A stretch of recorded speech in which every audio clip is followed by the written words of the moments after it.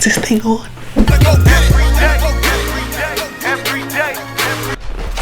Yo, my name is Jeremiah Kitchen, writer, director, and creator of A Ball in the Dream, and I'm back with episode 2, part 2 of a new look inside of A Ball in the Dream. And today we wanted to focus on Eli versus Malik. Now, and talk about their similarities and their differences, their pros and their cons, like the things that make them so exciting as antagonistic and as a good guy versus bad guy, or bad guy versus good guy, or anti-hero, however you want to frame it. I don't know. But it's just a cool dynamic to take a look at. Let's go.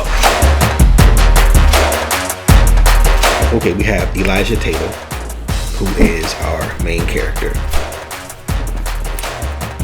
Two-time champion in high school. State title. National title. The next best thing to come out of Cleveland. Headed to the NBA, no doubt. Impeccable with the resume. But for some strange reason, he just kind of disappears.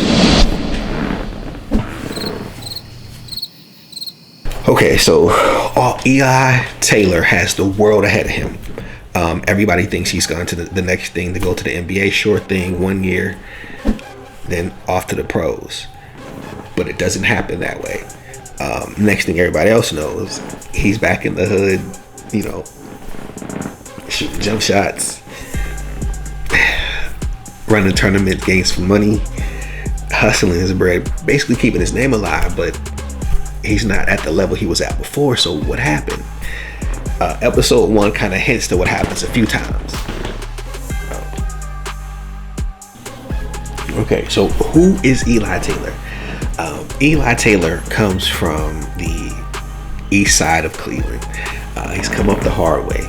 He's very popular amongst his peers, basically for the basketball skills that he possesses and the things that he does when he's on the court.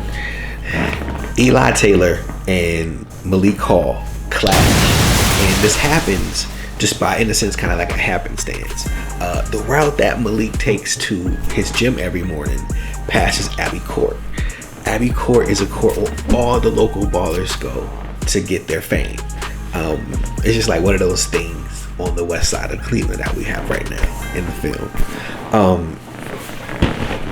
So as he's passing, he gets to see Eli Taylor kind of balling out on some people who actually paid to go against him.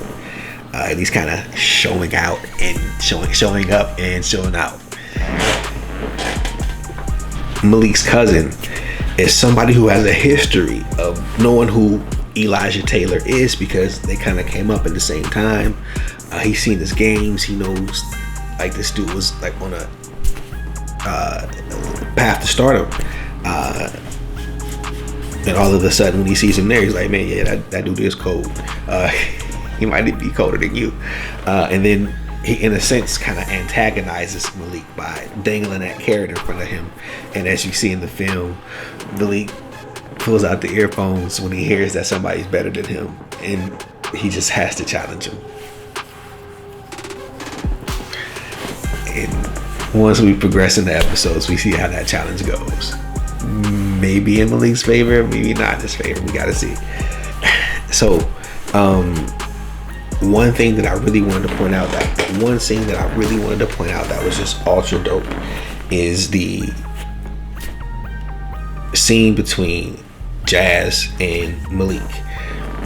It's not something that we wrote in the script, but we wanted to show how Jazz was kind of the antagonist and the protagonist at the same time. Boss? Man, who is that? He don't look familiar. Nah. That kid, that nigga the best I ever seen. Yeah. Look, we went to high school about the same time, man. He a hell of a player for real. That's Eli Taylor. This nigga, man. Malik is headed to the court. He's ready to pay his fee to go right at Eli. He takes the water money, tosses it at Preem, Who are you? Okay, gets all the familiarity out the way. Jazz has one last second to stop him, basically. And that whole part was ad-lib between the actors RJ and Malcolm. Dope how they did that. He just felt like he should try to stop him one last time. Let's take a look. Give him the money, man. Look, Dad, I'm taking this shit over, dog. Yeah. And I ain't never been a nigga to turn on no bread either. Hey, with that being said, man, this ain't that weak ass NBA shit you used to, bro.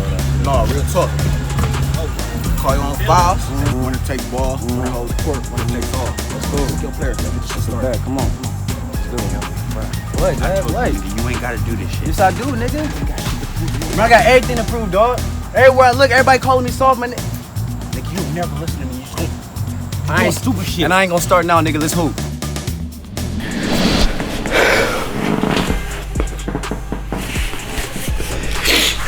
Also, in the comparison and contrast in these episodes, we wanted to show how the dynamic between Elijah Taylor and Elise Taylor, his mother, how that played out when they interact with each other. What am I talking about, right? You say you got a game every day, Elijah. You think I don't see it? See what? You coming home with the shoes, the clothes, the money? So, man, come on. I seen Shantae's mom at the store the other day, Elijah. She's talking to me all about how Shantae's hustling back on that court. She's coming home with the shoes, the clothes, the money. Sound a little too familiar, doesn't it, son? Well, at least I'm not selling dope, Really? robbing, Really? stealing, strung out on drugs. I'm good at ball, man. Let me do what I do. Well, that's going to conclude today's episode. My name is Jeremiah Kitchen, writer, director, and creator of A Ball in a Dream. I want to give special shouts out to Kevin Smith, my brother Jamar Harris, for helping me put this thing together. Vince White, of course. So many different people who helped out. I mean, there's all kinds of people I need to name. Escapes me at the moment, but I'll get you guys on the list, I promise.